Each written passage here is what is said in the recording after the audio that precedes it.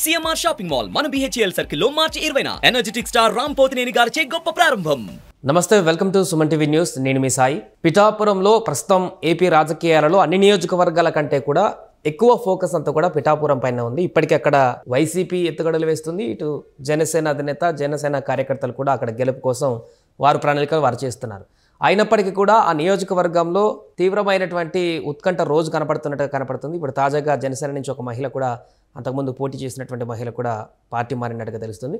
దీనికి సంబంధించిన పూర్తి వివరాలు తెలుసుకుందాం. మనతో పాటు ప్రస్తుతం Suman TV news chief editor Keshav గారు ఉన్నారు. సార్ నమస్తే. సో పిఠాపురంలో లేటెస్ట్ అప్డేట్స్ ఏంటి సార్? మొన్నటి వరకు వైసీపీ నియోజకవర్గానికి, మండలానికి ఒక ఇన్ఛార్జిని పెట్టారని చెప్పుకున్నాం. తాజాగా లాస్ట్ టైం కంటెస్ట్ చేసినటువంటి జనసేన మహిళ కూడా వైసీపీలో చేరుతున్నారనేటువంటి వార్త. ఏం జరుగుతుంది పిఠాపురంలో?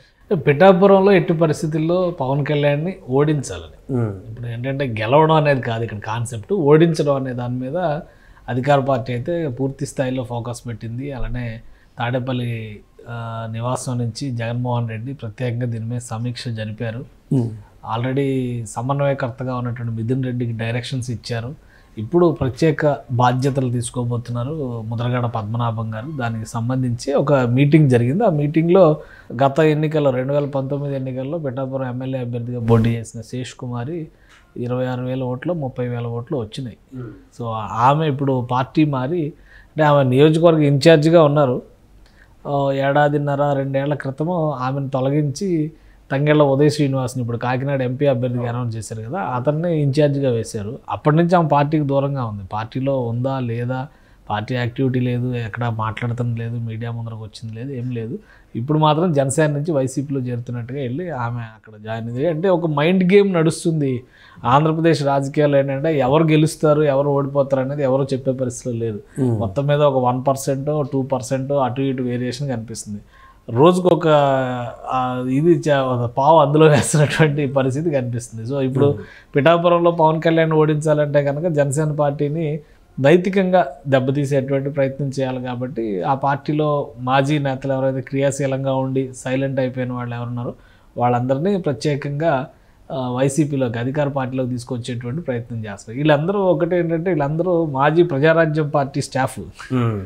వంగ గీత అదే, కురసాల కన్నబాబు అదే, ఇప్పుడు శేష్ కుమార్ కూడా జనసేనలో మొన్నటి ఉండి మళ్ళీ వెళ్ళింది. ప్లస్ ఇప్పుడు మొన్న ఈ మధ్య జనసేన పార్టీలో జాయిన్ అయినటువంటి లీడర్స్, ఇప్పుడు ఆర్ఎన్ శ్రీనివాసులు ప్రజారాజ్యం పార్టీ నుంచి కెరీర్ మొదలుపెట్టిన ఆయన, అప్పుడు ఆయన ఎమ్మెల్యేగా కంటెస్ట్ చేసి ఓడిపోయాడు. సో అట్లా అంటే ఆ రిలేషన్స్ ఉన్నాయి. సామాజిక వర్గం లెక్కలు కూడా అక్కడక్కడే తిరుగుతున్నటువంటి పరిస్థితి ఉంది. కాబట్టి ఏదో జరుగుతుంది అన్నట్టు. ఇంకోటి ఏంటంటే, పవన్ కళ్యాణ్ పిఠాపురం పైన ప్రత్యేకమైనటువంటి దృష్టి పెట్టారు. కాకినాడ అభ్యర్థి అనేటువంటి ప్రకటన చేశారు. ఒక అవకాశం ఇవ్వండి, 10 ఏళ్ళు నేను ప్రజల కోసం పోరాడిన తర్వాత ఒక నిజాయితీగా చేశాడు ఒక అప్పీల్. అది ఒప్పుకోవాలి. ఎందుకంటే జగన్మోహన్ రెడ్డి గారి లాగా అధిష్టానం తిరస్కరించింది కాబట్టి నాకు న్యాయం చేయండి అని జనంలోకి వెళ్ళలేదు పవన్ కళ్యాణ్. లేదా చంద్రబాబు నాయుడు గారి లాగా గత రికార్డును చూసి మళ్ళీ నాకు అవకాశం ఇవ్వండి అని అడగట్లేదు. ఆయన ఏంటి 2014 నుంచి 2024 వరకు ప్రజాక్షేత్రంలో తిరిగారు. ఆయన ప్రయత్నాలు ఆయన చేశారు. ఇప్పుడు అడుగుతున్నాను నేను, నాకు ఓటు వేయండి, నేను నిజాయితీగా నిలబడతాను, నాకు ఎక్కువ అవసరం, నా 20 సీట్లు గెలిపించండి అనేటువంటి రిక్వెస్ట్ ఆయన ప్రజలకు చేస్తున్నాడు. కాబట్టి ఈ అప్పీల్ ఎంతవరకు వర్కౌట్ అయిందో తెలియదు. ఎందుకంటే లాస్ట్ టైం జగన్మోహన్ రెడ్డి గారు వేసినటువంటి ఎత్తుగడ అదే, ఒక్క ఛాన్స్ అనేటువంటి అస్త్రం చాలా బాగా పనిచేసింది. అది ఎవరు అవునన్నా కాదన్నా ఒప్పుకొని తీరాల్సిందే. మిగతా ఫ్యాక్టర్స్ అన్నీ ఉంటే ఉండొచ్చు, కానీ వాటితో పాటు ఇన్ఫ్లుయెన్స్ చేసినటువంటి ప్రధానమైనటువంటి ఫ్యాక్టర్స్లో ఒక్క ఛాన్స్ అనేటువంటి మాట కూడా ఎక్కువ పనిచేసింది. సో ఈసారి పవన్ కళ్యాణ్కి ఒక ఛాన్స్ అనేటువంటి ఆలోచన చేయొచ్చు కదంటే, పవన్ కళ్యాణ్ అన్ని సీట్లలో పోటీ చేస్తే అప్పుడు ఛాన్స్ ఇచ్చేవాళ్ళు ఏమో, ఇప్పుడు ఎవరు అట్లా ఎందుకు అనుకోవాలి? ఆంధ్రప్రదేశ్ రాజకీయాల్లో అతి దౌర్భాగ్యకరమైనటువంటి విషయం ఏంటంటే, ఎక్కువ పార్టీలకు ప్రాతినిధ్యం లేకపోవడం.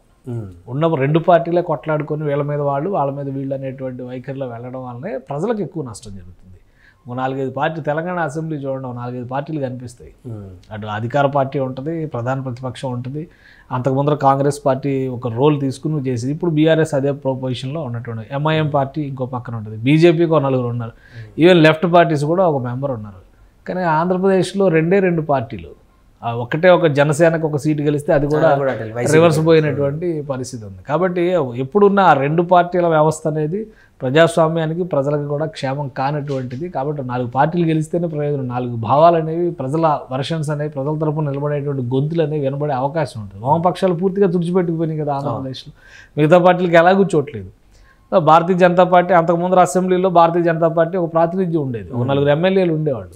ఈసారి అది కూడా లేరు. వైసీపీ టీడీపీ ఉన్న జనసేన ఎమ్మెల్యేని కూడా కలిపేసుకునేటువంటి పరిస్థితి. కాబట్టి 2024 ఎన్నికల్లో అయినా కానీ ప్రజలు కొద్దిగా విచక్షణతో మానసిక పరిపక్వతతో ఓటు వేస్తే ప్రజాస్వామ్యానికి మంచి జరుగుతుంది అనేది ఒకటి మనం చెప్పగలుగుతాం. పిఠాపురంలో జరుగుతున్నటువంటి ఈక్వేషన్స్ ఏంటంటే ఎట్టి పరిస్థితుల్లో అసలు పవన్ కళ్యాణ్ని ఓడించేస్తే ఆ లెక్క వేరేగా ఉంటుంది. పవన్ కళ్యాణ్ని ఓడించేస్తే జనసేన పార్టీ 20 సీట్లు గెలిచినా ఆ 1 సీటు ఓడిపోతే ఆ 20 సీట్లు కూడా ఓడిపోయినట్టే, 0కి తీసుకొచ్చినట్టే ఉంటుంది. కాబట్టి పవన్ కళ్యాణ్ మీద గురి ఎక్కువ పెట్టినటువంటి సంకేతాలు కనిపిస్తున్నాయి. పవన్ కళ్యాణ్ ప్రధానమైనటువంటి ప్రత్యర్థి అవడానికి ఎక్కువ అవకాశాలు ఉన్నాయి జగన్మోహన్ రెడ్డి గారికి. ఎందుకంటే చంద్రబాబు నాయుడు గారు ఆల్రెడీ ఆయన పరిపాలన ఏంటి, ఆయన పాలనా యంత్రాంగం కానీ ఆయన వ్యవహార శైలి కానీ అందరినీ చూశారు. పవన్ కళ్యాణ్ ఒకసారి అసెంబ్లీలో అడుగు పెడితే ఆయన వ్యవహార శైలి ఇబ్బంది, ఎందుకంటే బయట కూడా ఆయన చాలా ఎమోషనల్ పర్సన్ కాబట్టి రాజకీయ సభల్లోనే వాటిలోనే ఆయన ఎమోషన్స్ని మనం చూస్తూ ఉంటాం.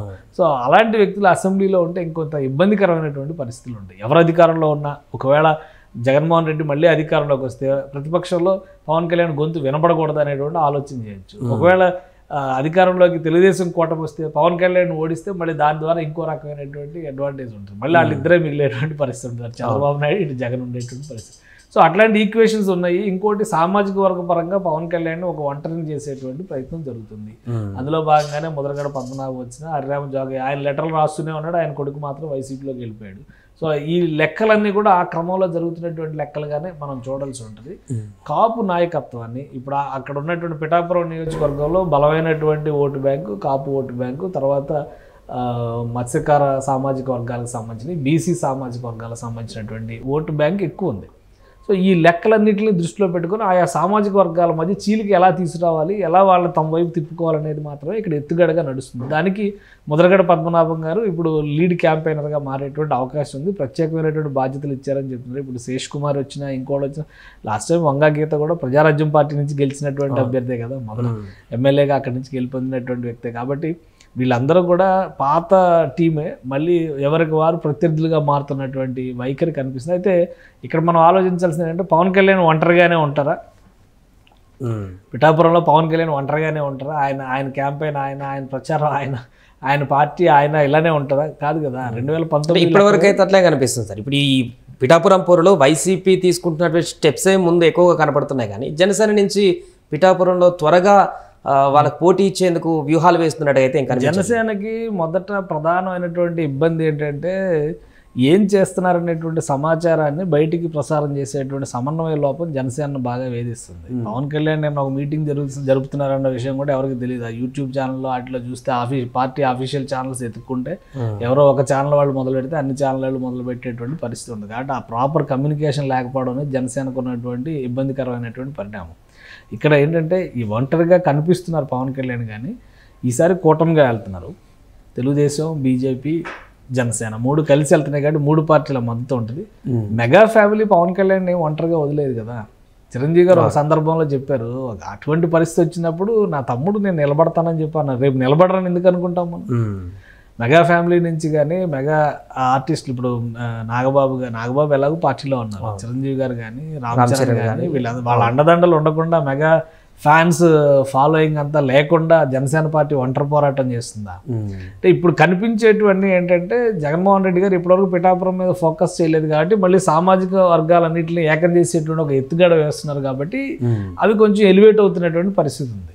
కానీ రోజులు ముందుకు గడిచే కొద్ది పవన్ కళ్యాణ్ అంటే ఖచ్చితంగా మెగా కుటుంబం నిలబడుద్ది, మెగా ఫ్యాన్స్ నిలబడతారు, అలానే 3 పార్టీల కూటమి నిలబడుతుంది. సో ఈ బలం వర్సెస్ జగన్మోహన్ రెడ్డి వైఎస్ఆర్సీపీ కాపు ఈక్వేషన్లో చీలిక, ఈ 3 అంశాలని దృష్టిలో పెట్టుకొని ఎవరు గెలుస్తారు అనేటువంటి విషయం, ఎవరి బలం ఎక్కువ ఉంటుంది అనేది పిఠాపురంలో తెలిసే అవకాశం. గత రికార్డును ఒకసారి పరిశీలించుకుంటే మనం పిఠాపురంలో సార్ అక్కడ ఉన్నటువంటి ప్రజల మైండ్ సెట్ ఏ రకంగా ఉండేటువంటి అవకాశం ఉందంటే ఇప్పుడు భారీగానే డబ్బులు అక్కడైతే చేతులు మారేటువంటి అవకాశం ఉన్నట్టు కనపడుతుంది. సో డబ్బులకు లొంగేటువంటి అవకాశం ఏమైనా కనిపిస్తుందా అక్కడ, లేదంటే గత ఇప్పుడు వాస్తవం ఆంధ్రప్రదేశ్లో పరిస్థితి ఎలా ఉందంటే డబ్బులు ఇస్తే తీసుకుంటారు, ఎవరైనా తీసుకుంటారు, డబ్బు ఎవరికి చేయదు అని చెప్పారు, ఎప్పుడో సినిమా కూడా తీశారు కదా. కాబట్టి డబ్బులు ఎవరిచ్చినా తీసుకుంటారు, కానీ డబ్బులు తీసుకుని దానికి లాయల్గా కట్టుబడి ఓటు వేస్తారా లేదా అనేది ప్రశ్న. ఇక్కడ ఆంధ్రప్రదేశ్లో జరుగుతున్నటువంటి పరిపాలనా పరమైనటువంటి వైఫల్యాలు కావచ్చు, అక్కడ జరుగుతున్నటువంటి వివిధ రకాల రూపంలో జరుగుతున్నటువంటి ఈ పెత్తందారీ వ్యవస్థ, పెత్తందారీ విధానాలు కావచ్చు, వీటన్నిటిపైన ప్రజల్లో కొంత అసంతృప్తి ఉందనేటువంటి మాట వాస్తవం. అది దానికి ఎగెనెస్ట్గా మనం చూస్తే కనుక పథకాలు, లబ్ధిదారులు, ప్రభుత్వం చేస్తున్నటువంటి డీబీటీ స్కీమ్లు, ఫైనల్గా ప్రజలు ఏమంటారంటే ఈ డబ్బు ఏమన్నా మీ ఇంట్లోంచి తెచ్చిస్తున్నారా, ఇది ప్రజల ధనమే కదా, మనం కట్టిన ట్యాక్స్లే కదా, 1,10,000 రూపాయలు, 1,18,000 రూపాయలు ఇంటింటికి ఇచ్చారంటే ఆ ఇంటి నుంచి ఎంత ట్యాక్స్ వసూలు చేశారు మీరు? నీటి పన్ను విషయంలో కానీ, ఎలక్ట్రిసిటీ ఛార్జెస్ విషయంలో కానీ, చెత్త పన్ను విషయంలో కానీ, ప్రాపర్టీ ట్యాక్సెస్ విషయంలో కానీ, ఇంకా ఇతర రోజువారీ నిత్యావసరాలకు సంబంధించినటువంటి వాటి పైన వేసినటువంటి ట్యాక్సుల విషయంలో కానీ ప్రభుత్వానికి ఆ ఇల్లు ఎంత కట్టినట్టు, ఇది నువ్వు కౌంట్ ఇచ్చినప్పుడు నేను అది కౌంట్ ఇస్తాననేటువంటి వ్యవహార శైలి ప్రజల్లో కూడా ఉంటుంది కదా. కాబట్టి అక్కడ ఆ ఈక్వేషన్ అంటే దానికి చెల్లు జరుగుతుంది. ఇక్కడ వచ్చేసరికి ఏమవుతుందంటే ఇంకొక అంశం, ఇప్పుడు డబ్బులు పంపిణీ అనేటువంటి విషయంలో పవన్ కళ్యాణ్ ఓడించడానికి 100 కోట్లు 500 కోట్లు లెక్క పదే చెప్తున్నారు. కొంతమంది బీసీ వర్గాలకు చెందినటువంటి నాయకులు అయితే కేవలం పవన్ కళ్యాణ్ ఓడించడానికి 500 కోట్లు పెట్టుకున్నారనేటువంటి ప్రచారం చేస్తున్నారు. ఇందులో వాస్తవం ఏంటి అనేది మనకి క్లారిటీ లేదు. బట్ ఏంటంటే వాళ్ళు చెప్తున్నటువంటి విధానం అలా ఉంది. గత ఎన్నికల్లో కూడా పవన్ కళ్యాణ్ ఓడించడానికి అన్ని పార్టీలు కలిసి కృషి చేసినాయి అనేటువంటి మాట చెప్తున్నారు.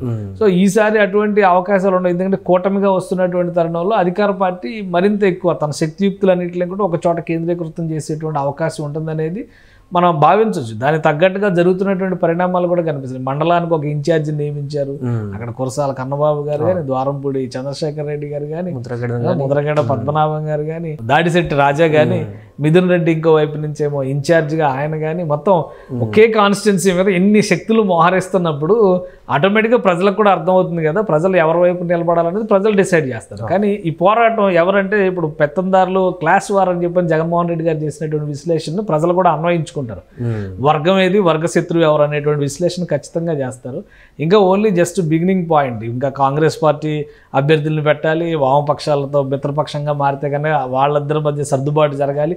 ఈ వచ్చిన తర్వాత ముక్కోండపు పోరుకి దారి తీసే అవకాశం ఉంటుందా? ఎందుకంటే కాంగ్రెస్ పార్టీ మొన్న స్ట్రాటజిక్గా చెప్పినటువంటి మాట ప్రకారం చూస్తే కనుక 5 పార్లమెంటు స్థానాలు, 25 అసెంబ్లీ స్థానాలు అన్నారు. పోటీ చేసే క్రమంలో అన్ని స్థానాలకి చేస్తారా లేదా సెలెక్టెడ్ పాయింట్లోనే పోటీ చేస్తారా? అది కూడా ఇంపార్టెంట్. ఎందుకంటే గెలిచే వాటి మీద ఫోకస్ పెట్టేటప్పుడు గెలవగలం అనుకున్న సీట్లపైనే అభ్యర్థిత్వాలని పెట్టేటువంటి అవకాశం ఉండొచ్చు కదా. సో కాంగ్రెస్ పార్టీ ఈక్వేషన్ ఏ విధంగా ఉండబోతుంది? పిఠాపురం పైన కాంగ్రెస్ పార్టీ, లెఫ్ట్ పార్టీస్ కూడా ప్రత్యేకమైన ఫోకస్ పెడతాయా? మళ్ళీ ఆ ఓట్ల చీలిక ఈ 2 పార్టీల మధ్య ఎలాంటిదా? కాబట్టి ఇవన్నీ వచ్చేటువంటి అంశాలు. కానీ ఇక్కడైతే 2 శక్తులు ఏకీకృతం అవుతున్నాయి. ఒకటి పవన్ కళ్యాణ్ ఓడించే శక్తి, ఇంకొకటి పవన్ కళ్యాణ్ గెలిపించే శక్తి. సో ప్రజలు ఎటువైపు నిలబడతారు? ఒకవేళ పవన్ కళ్యాణ్ ఓడించే శక్తి సామాజిక వర్గాల పరంగా, అధికారం పరంగా, ఇప్పుడున్నటువంటి అధికార పార్టీ పరంగా ఒక కూటమిగా మార్చుకునేటువంటి ప్రయత్నం చేస్తే పవన్ కళ్యాణ్ అంటే ఎవరెవరు వస్తారు? ఆల్రెడీ 3 పార్టీల కూటమితో పాటు మెగా ఫ్యామిలీ రావచ్చు. అలానే ఆయన చుట్టుపక్కల ఉన్నటువంటి ఈ అణిచివేతదారులుగా భావించబడుతున్నటువంటి ప్రజలు, ఆ వర్గాలన్నీ కూడా ఆయన వెంట నడిచేటువంటి అవకాశం ఉండొచ్చు. ఆయన ఒకటే చెప్తున్నారు, ఈసారి నాకు అవకాశం ఉండండి, ఈ ఒక్క నియోజకవర్గం నుంచే నా ప్రస్థానం మొదలవుతుంది అన్నారు. అది ఎంతవరకు ప్రజలు విశ్వసిస్తారు? అది ఇక్కడ ఇంపార్టెంట్. పవన్ కళ్యాణ్ నేరుగా పిఠాపురంలో అడుగు పెట్టకపోయినా కానీ జనసేన యాక్టివిటీ పిఠాపురంలో గత 10 ఏళ్లుగా ఉంది. అది అందరికీ తెలిసినటువంటి విషయమే. సో తంగెళ్ళ శ్రీనివాస్, ఉదయ్ శ్రీనివాస్ గత 1.5-2 ఏళ్లుగా ఆయన చేసేటువంటి కార్యక్రమాలు అక్కడ చేస్తూనే ఉన్నాం. కాబట్టి నాయకత్వం పరంగా, కేడర్ పరంగా జనసేనకి అక్కడ ఇమీడియట్గా వచ్చేటువంటి ఇబ్బంది లేకపోవచ్చు. ఒకటి, తెలుగుదేశం పార్టీ టికెట్ ఆశించినటువంటి వర్మ ఏ విధంగా పవన్ కళ్యాణ్ సపోర్ట్ చేస్తాడు? ఎందుకంటే ఇద్దరు కలిసి చేయాలనేటువంటి ఆల్రెడీ చంద్రబాబు నాయుడు గారు ఒక క్లారిటీ ఇచ్చారు, పవన్ కళ్యాణ్ గారు కూడా మాట్లాడారు. సో వీళ్ళ మధ్య ఒక అండర్స్టాండింగ్తో వెళ్ళి కలిసి వెళుతున్నారు అనేటువంటి సంకేతాలు ఉంటే బాగుంది. ఆయన ఒక స్టేట్మెంట్ ఇస్తే ఈయన దానికి కౌంటర్ ఇస్తే ఏదో స్వపక్షంలో విపక్షంలో ఉంటుంది. దానికంటే తెగదెంపులు చేసుకుని ఎవరి దారాలు చూసుకోవడం బెటర్ అనమాట. సో అది రాకుండా తెలుగుదేశం పార్టీ కూడా సమన్వయం చేసుకోవాలి. ఎందుకంటే నిన్న పవన్ కళ్యాణ్ ఒక స్టేట్మెంట్ ఇవ్వగానే మళ్ళీ వర్మ ఇంకో స్టేట్మెంట్ ఇచ్చాడు. ఇప్పుడు నెంబర్ 1 ఉన్నప్పుడు నెంబర్ 2 ప్రస్తావన అవసరమే లేదు. పవన్ కళ్యాణ్ గారు ఎందుకు చెప్పారు? నిన్నటి వరకు ఇన్ఛార్జ్గా ఆయన ఉన్నాడు కాబట్టి జనసేన పార్టీ ఒంటరిగా పోటీ చేస్తే ఆయనే అవుతాడు ఖచ్చితంగా. ఆయన బదులు నేను వస్తున్నాను కాబట్టి నా బదులు అక్కడ అవకాశం ఇస్తున్నానని చెప్పాడు. ఆయన లేకపోతే నేనే 2 అవుతానని, నువ్వు 2 కాదు 4 అయినా కానీ ఎవరికి నష్టం లేదు. కానీ ఇప్పుడున్న పరిస్థితుల్లో నెంబర్ 1 ఉన్నప్పుడు అసలు నీ టాపికే అనవను. కాబట్టి కొంచెం సంయమనంతో మాట్లాడాలి వర్మ. ఎందుకంటే లాస్ట్ టైం ఎలక్షన్స్ 2014లో జరిగినప్పుడు ఆయనకు అన్యాయం జరిగిందంటే అక్కడ 2 ఫ్యాక్టర్లు పనిచేసినాయి. 2012-13లో చంద్రబాబు నాయుడు చేసినటువంటి పాదయాత్ర సమయంలో అక్కడ ఉన్నటువంటి నాయకత్వం ఎవరో లేని సందర్భంలో వర్మ అక్కడ లీడ్ తీసుకుని చేశారు. ఆ సింపతి పనిచేసింది. తర్వాత అనూహ్యంగా ఎవరో ఎన్ఆర్ఐకి టికెట్ ఇచ్చారు, విశ్వం అనే ఆయనకి ఇచ్చారు. కాబట్టి ఆయనకి గ్రౌండ్ లేదు అక్కడ. అక్కడ క్యాడర్ లేదు, ఆయనకు సరైనటువంటి మద్దతుదారు లేరు. కాబట్టి ఆయన 3వ స్థానం 4వ స్థానంలోకి వెళ్ళిపోయాడు. వర్మ ఇండిపెండెంట్గా పోటీ చేసి 2014లో తెలుగుదేశం ఆయన ఇండిపెండెంట్గా పోటీ చేసి గెలిచి తెలుగుదేశం అనుబంధ సభ్యుడిగా తర్వాత మారాడు. అప్పుడు రాజకీయం వేరు, ఇప్పుడు రాజకీయం వేరు. ఆ ఈక్వేషన్ చూసి అప్పుడు నేను 90,000 ఓట్లు సంపాదించాను కాబట్టి ఇప్పుడు పవన్ కళ్యాణ్ మీద కూడా ఇండిపెండెంట్గా వేస్తానంటే రెండుకి చెడ్డ రేవడయ్యేటువంటి అవకాశం ఉంది. కాబట్టి రాజకీయ నాయకుడికి ఎప్పుడు కూడా పరిణితి ఉండాలి. కాలాతీతమైనటువంటి జ్ఞానం కంటే కూడా కాల విశేషమైనటువంటి జ్ఞానాన్ని సంపాదించుకుంటే పరిస్థితులకు అనుగుణంగా రాజకీయం చేయడానికి అవకాశం ఉంటుంది. పవన్ కళ్యాణ్ ఒక మాట మాట్లాడితే తెలుగుదేశం పార్టీ నాయకులు ఇంకో స్టేట్మెంట్ ఇస్తే వైసీపీ అవసరం వీళ్ళే ఓడించేలాగా కనిపిస్తుంది. కాబట్టి ఈ సమన్వయం అనేది కూటమి మధ్య సరిగ్గా జరగాల్సినటువంటి అవసరం ఉంది. అలానే బీజేపీ నాయకత్వం ఎక్కడా కూడా ఇప్పటివరకు ఒక స్టేట్మెంట్ ఇచ్చిన పరిస్థితి లేదు. కేవలం జాతీయ నాయకత్వం వచ్చి పొత్తు మాట చెప్పారు, ప్రధానమంత్రి వచ్చి ప్రసంగం చేసి వెళ్ళారు. స్థానికంగా ఉన్నటువంటి నాయకత్వం ఎక్కడా కూడా కూటమి తరపున నిలబడుతున్నటువంటి దాఖలాలు కానీ కూటమికి బాసటగా మాట్లాడుతున్నటువంటి వైఖరి కానీ లేదు. దీనివల్ల ఎక్కువ నష్టపోయేది కూటమే.